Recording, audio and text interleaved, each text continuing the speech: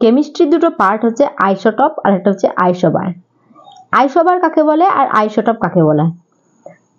Isobar যে অণুটার ভর সংখ্যা কিন্তু সমান আর পারমাণবিক সংখ্যা বা পারমাণবিক ক্রমাঙ্ক কিন্তু আলাদা, মানে ভরটা সমান হবে আর পরমাণু সংখ্যা কিন্তু আলাদা হবে, তাকে আইসোবার বলা হয়। যেরকম একটা যদি উদাহরণ দিই, আর্গনের পরমাণু ক্রমাঙ্ক অর্থাৎ পারমাণবিক সংখ্যাটা হচ্ছে 18 আর এর ভর সংখ্যা হচ্ছে 40। সেরকম পটাশিয়ামের পারমাণবিক সংখ্যা 19 আর ভর সংখ্যা হচ্ছে 40। আবার অন্যদিকে ক্যালসিয়াম যে মৌলটা আছে তার কিন্তু ভর সংখ্যা হচ্ছে 40 আর পরমাণু ক্রমাঙ্ক হচ্ছে কিন্তু 20। তাহলে দেখো এখানে কিন্তু ভর সংখ্যাগুলো সব কিন্তু 40 অর্থাৎ সবার কিন্তু সমান, আর পারমাণবিক সংখ্যাটা হচ্ছে 18, 19, 20 এগুলো কিন্তু।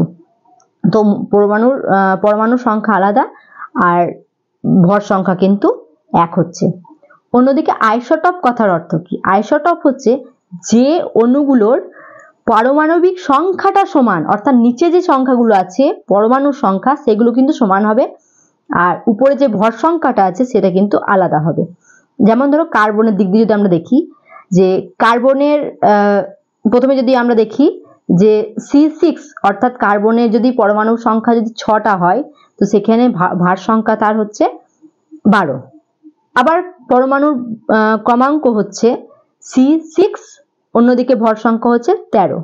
আবার কার্বনের পরমাণু যদি আমরা C6 দেখি, মানে পরমাণু সংখ্যা যদি 6 দেখি, মানে পরমাণুগুলো সব এক, তো সেখানে কিন্তু আমরা ওর ভর সংখ্যা আবার 14 দেখতে পাচ্ছি। তাহলে কোথাও ভর সংখ্যা 13, 12, 14 এরকম ভাবে কিন্তু চেঞ্জিং হচ্ছে, আর পরমাণু ক্রমাঙ্কগুলো কিন্তু সেম 6, সব কিন্তু এক।